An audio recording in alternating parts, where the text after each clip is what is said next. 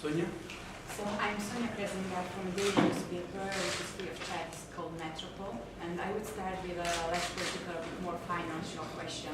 How does this current crisis affect the world system? Do we rate it at its place? Do we overrate it? Do we underrate it?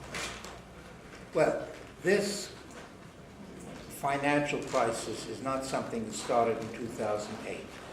From my point of view, it's something that started approximately in 1970. This is simply a culminating phase of an ongoing process where the stagnation of the world economy became so serious that people had to recognize it. We are not at the end of that process. The process was temporarily helped by the investment by the United States government of large amounts of funds in the banks and in a program which reduced the amount of unemployment in the United States. The money that the United States invested in this is, first of all, unpopular, and therefore Congress is not going to vote it again, and it's run out. Secondly, it's printed money. The United States has, because it is the world's reserve currency, simply prints money. When you print money, you dilute the money, of course.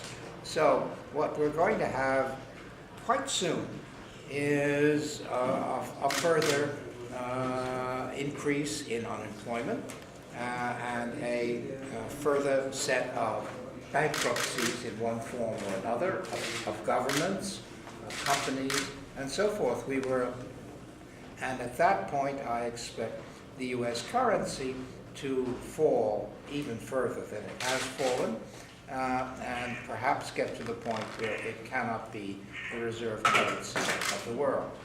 We will then be in a situation, not that some other currency will become the reserve currency, the yen or the euro or the renminbi will not become the reserve currency in the place of the US dollar. We will simply have multiple currencies which are important. If you have multiple currencies that are important, you have a highly unstable situation. Since no one is sure about the rise and fall very suddenly and very quickly of one currency in relationship to another. So no one is sure where to invest their money. And it's very easy at a level of both of a state, a firm, a company, and of an individual to make serious mistakes. They will make serious mistakes. But it also means that it's very hard to predict what's going to happen economically. And that is a relatively chaotic situation.